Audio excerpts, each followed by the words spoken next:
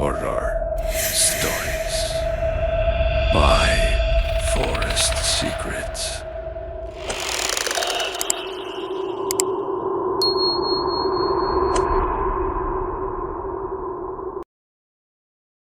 May mga lugar sa Maynila na kahit gaano ka kasanay magmaneho sa gabi, ay may mga sandaling gugustuhin mong wag na lang tumingin sa side mirror. Isa na roon ang Balete Drive. Maraming kwento ang kumakalat tungkol sa isang babaeng nakaputi na bigla na lang nagpapakita sa mga dumadaang sasakyan. Pero ang kwentong ito ay iba. Dahil hindi lang isang beses nakita ang babaeng iyon. At higit sa lahat, hindi siya basta nagpapakita sa mga driver. May pinipili siya. At kapag nakita ka rin niya, parang hindi na siya basta mawawala sa buhay mo. Bandang 12:30 ng madaling araw nang bumiyahe si Rico pauwi. 29 na taong gulang siya noon at halos 3 taon na siyang nagtatrabaho sa night shift. Sanay na siya sa pag-uwi ng 10 oras ng gabi. Hindi siya naniniwala sa multo. Para sa kanya, karamihan ng mga kwentong kababalaghan ay bunga lang ng pagod, antok at imahinasyon. Kaya nang mapadaan siya sa Balete Drive ng gabing iyon, ay wala siyang ibang iniisip kundi ang makauwi agad. Tahimik ang kalsada, kaunti ang mga sasakyan, at paminsan-minsan ay may dumadaang jeep o taxi. Malamig ang hangin, kahit sarado ang mga bintana ng kotse. Binuksan ni Rico ang radyo, pero ilang segundo lang ay biglang nawala ang signal, naging static. Pinindot niya ang ibang frequency. Wala pa rin, static pa rin. Inayos niya ang volume at doon niya narinig ang isang kakaibang tunog. Parang may mahinang kumakatok sa gilid ng sasakyan. Napatingin siya sa rearview mirror.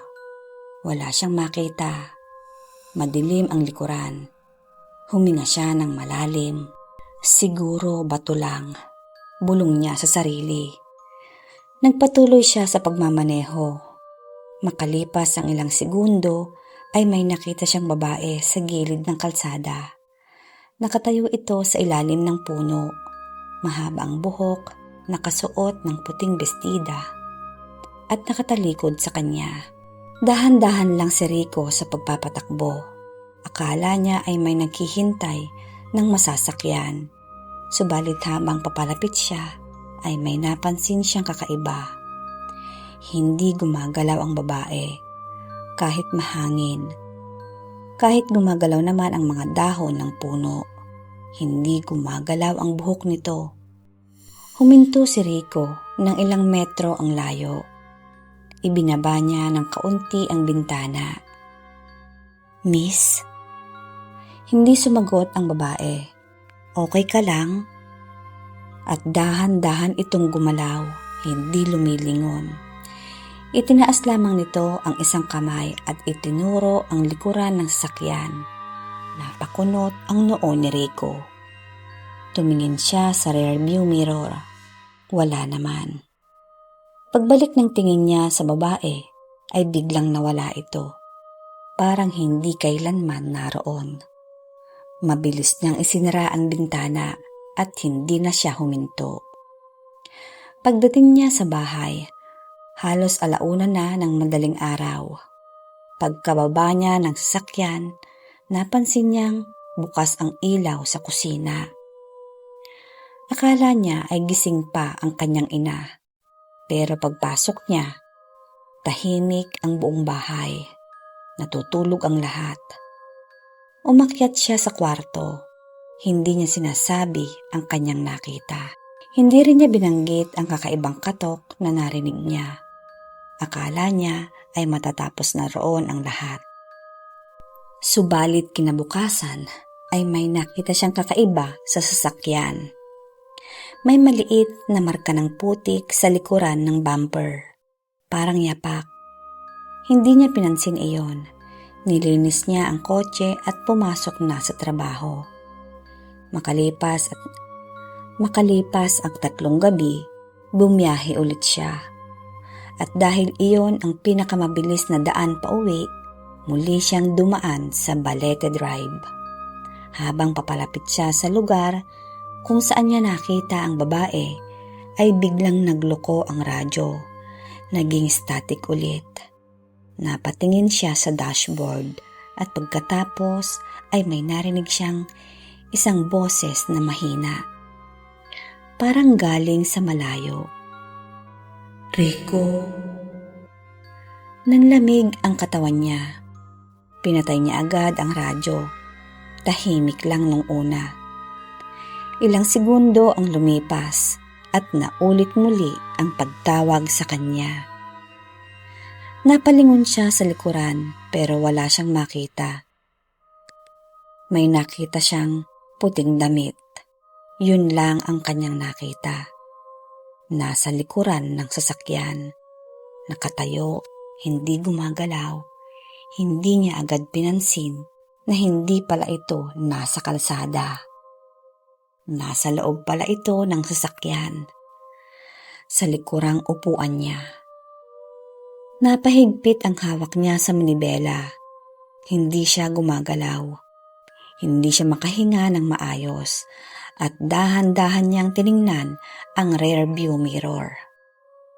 Mahaba ang buhok ng babae at nakayuko. Parang bagong ahon lang mula sa tubig. Hindi gumagalaw si Rico. Hindi siya makapagsalita dahil sa nerbiyos at takot. Hanggang sa biglang itinaas ng babae ang ulo nito. Pero hindi niya makita ang mukha dahil natatakpan ng buhok nito. At pagkatapos, ngumiti ito, hindi sa mukha kundi sa refleksyon ng salamin. Tumakbo ang sasakyan ni Rico nang hindi niya namamalayan. Hindi na niya tiningnan ang likod. Hindi na rin siya huminto. Pagdating niya sa isang gasolinahan ay agad siyang bumaba at halos nanginginig ang mga kamay niya. Tinawagan niya ang kaibigan niyang si Noel at biglang natahimik si Noel. "Sigurado ka?"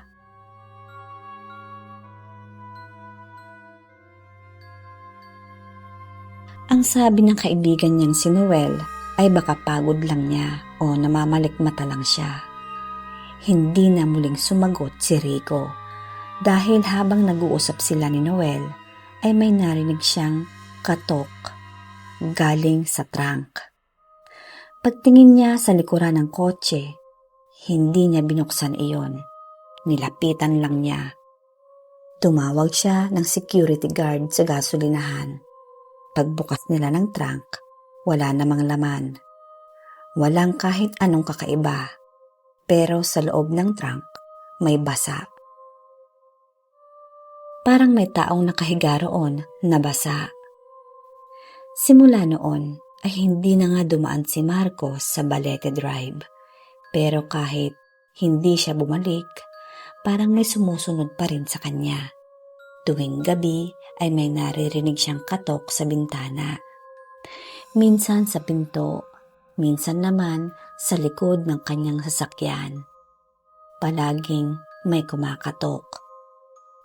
Isang gabi ay nagising siya dahil may narinig siyang boses sa labas ng kanyang kwarto. "Rico." Boses ng babae, mahina at malungkot. Bumangon siya para tingnan iyon. Lumapit sa pintuan. Hindi niya binuksan. Subalit kinabukasan ay may nakita siyang kakaiba sa sasakyan.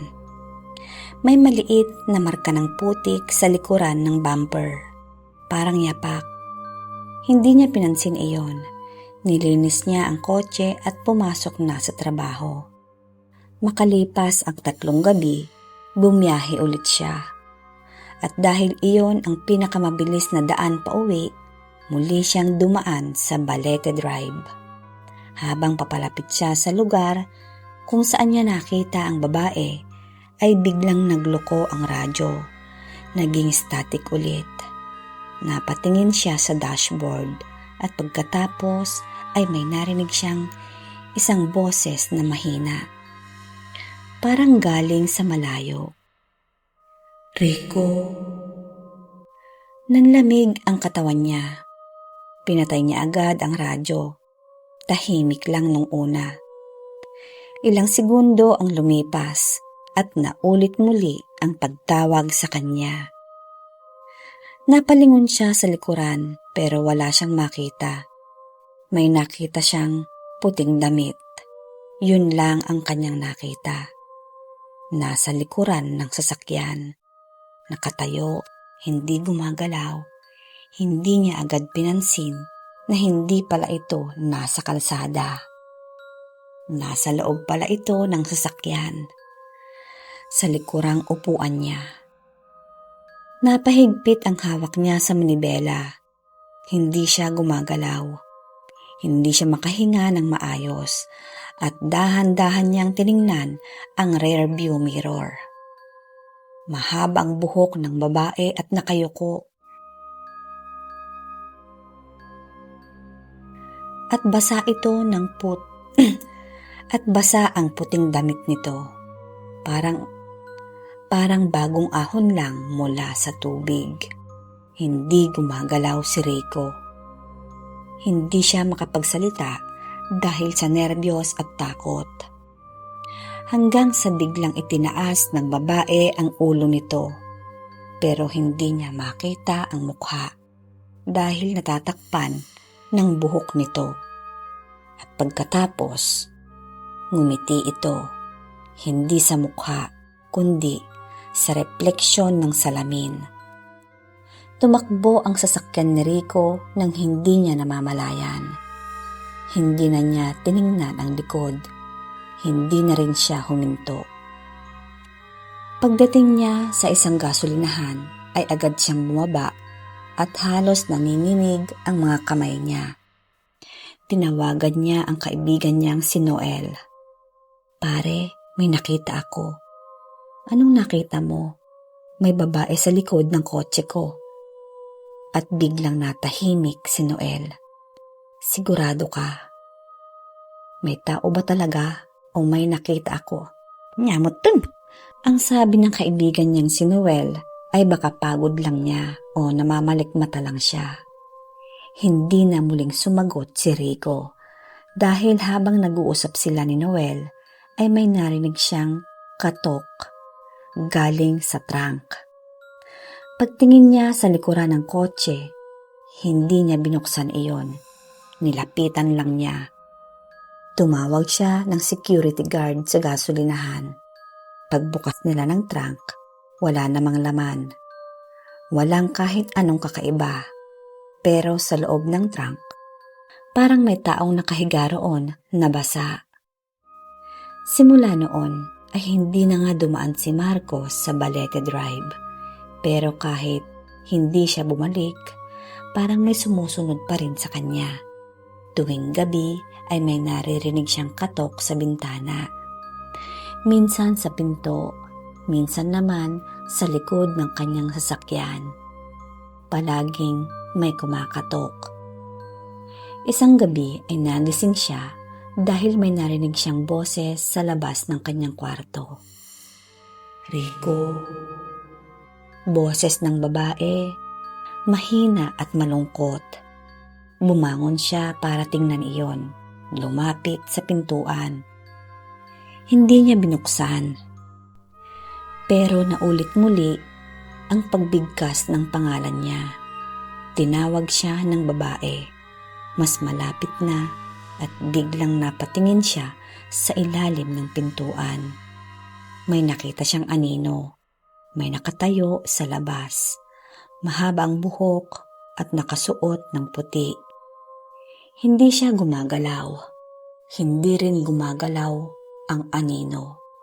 Hanggang sa biglang may bumagsak na tubig mula sa ilalim ng pinto. Unti-unting pumasok ang malamig na tubig sa kanyang kwarto. Tubig na may amoy ng lupa at may kasamang maliliit na dahon. Napaatras si Rico. Tumakbo siya papunta sa bintana. Pagtingin niya sa labas ay wala naman siyang taong nakita. Pagbalik niya sa pinto, wala na rin ang tubig. Tuyo na ang sahig. Parang walang nangyari. Kinabukasan, kinausap niya ang isang matandang driver na matagal nang bumibiyahe sa Manila. Nang sabihin niya ang nangyari, ay biglang nagbago ang mukha ng matanda. Sa Balete Drive mo nakita? Sa ilalim ng balete? Tumango si Rico. Hindi agad naman nagsalita ang matanda. Pagkatapos ay sinabi nito, "Kung siya iyon, huwag mo nang balikan. Kung sino, yung babae. Alam mo ba kung sino siya?" Umiling ang matanda. Walang nakakaalam. Pero bakit ako? Napatingin sa kanya ang matanda. May mga taong nakikita niya dahil dumadaan lang at may mga taong sinusundan niya. Hindi sumagot ang matanda. Sa halip ay sinabi nito, "May napansin ka ba sa kanya? May sinabi ba siya o may ginawa?" Nag-isip si Marco at bigla niyang naalala. Itinuro ng babae ang likuran ng kanyang sasakyan ng gabing iyon. May nakita siyang maliit na bagay sa ilalim ng backseat. Isang lumang susi at hindi niya alam kung kanino iyon. Pero nang ipakita niya iyon sa matanda ay namutla ito. "Patapon mo na dahil hindi iyan susi ng kotse. Susi iyon ng lumang bahay." Hindi na malaman ni Rico kung dapat ba niyang paniwalaan yon. Pero dahil gusto niyang matapos ang lahat, hinanap niya ang pinagmulan ng susi. Matagal niyang pinag-isipan kung saan niya ito nakuha at doon niya naalala ang isang bagay. Noong unang gabing nakita niya ang babae bago siya dumaan sa Balete Drive, ay may nasagi siyang maliit na bagay sa kalsada. Huminto siya sandali at bumaba, pero wala siyang nakita. Marahil iyon ang susi. At kung tama siya, ibig sabihin, hindi niya aksidenteng nakuha iyon. May dahilan kung bakit napunta iyon sa kanyang sasakyan. Pagkaraan ng ilang araw, nakatanggap siya ng tawag mula sa isang hindi niya kilalang numero. Isang babae ang nasa kabilang linya. "Ikaw ba si Rico?" tanong ng babae. Sumagot si Rico ng oo. "May nakita ka bang babae sa Balete Drive?" At nanlamig siya sa tanong na yon. "Kaibigan ako ng isang driver. Patay na siya." Biglang natahimik si Rico. 6 na buwan na ang nakalipas nang mawala siya at bago siya mawala, may nakita rin siyang babae. Hindi alam ni Rico kung ano ang kanyang sasabihin. Anong nangyari sa driver? Natagpuan ang sasakyan niya kinabukasan. Ang sabi ng babae. Pero wala na siya hanggang ngayon. Huminto ang babae at sinabi niyang may isang bagay siyang iniwan. Isang video. Yun lang at pinatay na ng babae ang linya. Nang gabing iyon ay pinanood ni Rico ang video. Madilim at nasa loob nga ng kotse ang driver. Pareho ang lugar, parehong kalsada, parehong oras. Sa video ay maririnig ang lalaking nagsasalita. May babae sa gilid ng daan. Huminto siya, tumingin sa salamin at pagkatapos ay biglang naging tahimik. Ilang segundo ang lumipas ay narinig ang 3 katok.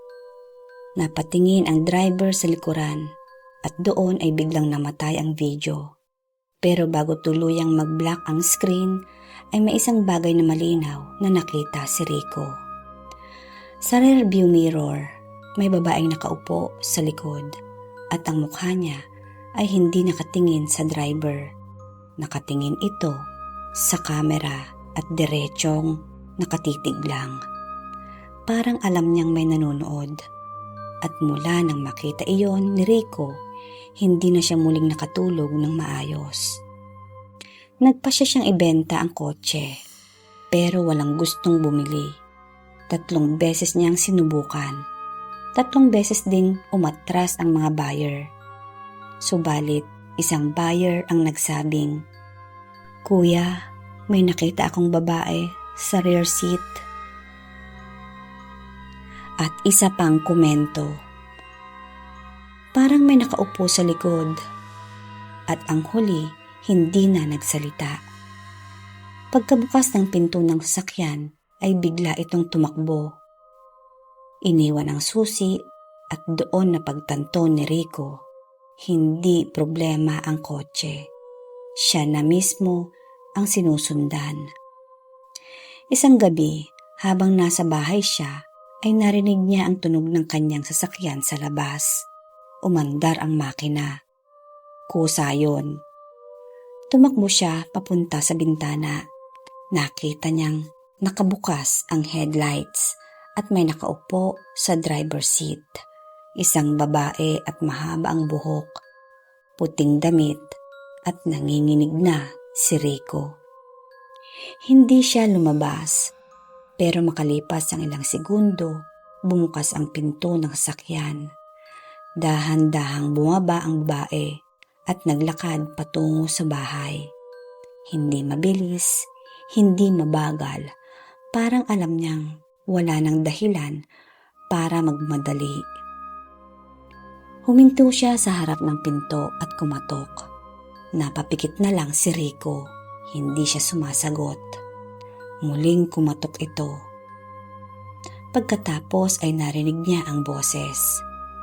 "Rico, may iniwan ka." Pabulong iyon. Nanginginig niyang tiningnan ang mesa. Naroon ang lumang susi. Hindi niya alam kung bakit. Pero biglang umikot ang susi ng mag-isa. At mula sa labas, narinig niya ang isang babaeng umiiyak. Hindi galit, hindi nananakot, basta umiiyak lang. At sa unang pagkakataon ay naisip ni Rico na baka mali ang lahat. Baka hindi siya sinusundan ng babae para saktan siya. Baka maipinapahanap ito. Kinabukasan ay bumalik siya sa lugar kung saan niya nakita ang babae. Hindi niya alam kung bakit. Siguro gusto niyang matapos na ang lahat. Siguro gusto na niyang malaman ang katotohanan. Huminto siya sa gilid ng kalsada, sa ilalim ng balete, at doon niya nakita ang isang maliit na lumang bahay sa likod ng mga puno.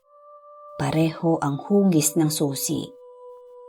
Binuksan niya ang pinto at sa loob, lumang mga gamit, alikabok, mga litrato, at isang lumang larawan ng isang babae, nakaputi, mahaba ang buhok, at nakatingin ng diretsyo sa kamera.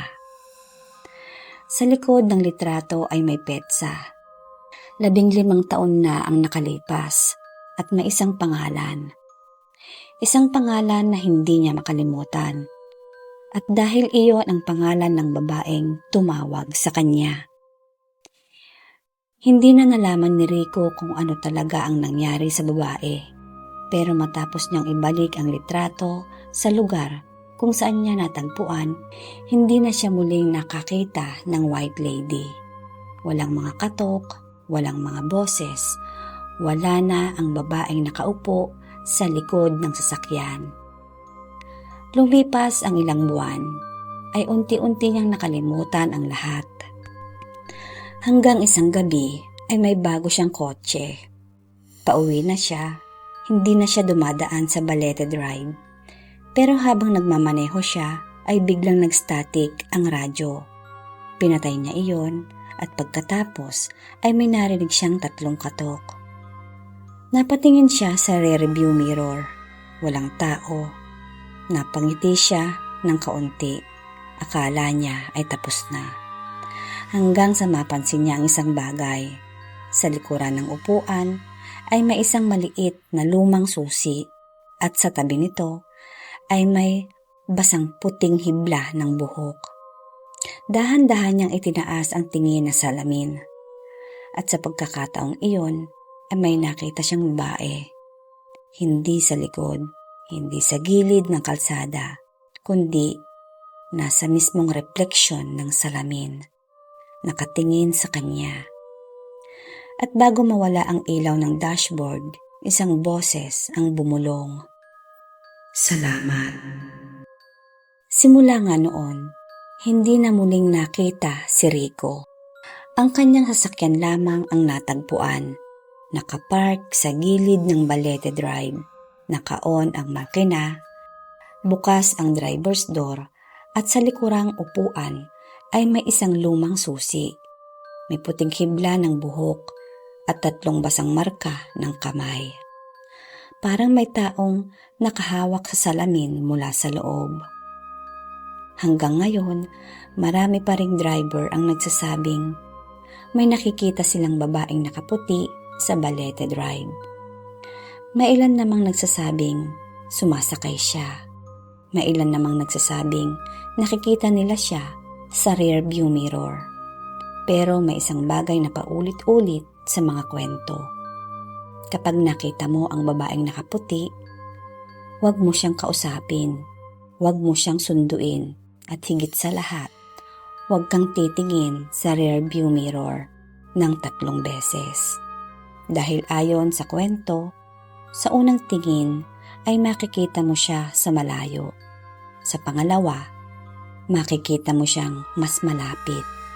At sa pangatlo, hindi mo na siya makikita sa labas. Dahil sa pagkakataong iyon, nasa loob na siya ng sasakyan mo.